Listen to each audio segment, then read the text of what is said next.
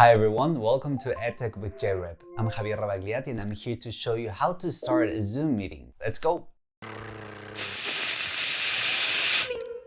To start a Zoom meeting, you have to either be the host or the alternative host of the meeting. And there are a couple of ways for you to start the meeting. If you created a Zoom meeting, then you can go to the Zoom website, log into your account, and go to the Meetings tab. Once you've located the meeting, you can hover over the name and these three buttons will appear. You can click on Start and that will prompt you to open the Zoom app. If you get this message, click on Open Zoom app and that will start your meeting. Another option is to open up your Zoom app and go to the Meetings tab. Once there, you will see a list of your upcoming meetings and then you can find your meeting and click on Start and you'll be ready to go. Alternatively, if you use Google Calendar, you probably created an event that contains the Zoom link. Just find the event, click on it, and then click on the Zoom link that appears there. That will also prompt you to open the app so the meeting starts. And that's it. I hope you found this helpful. Bye!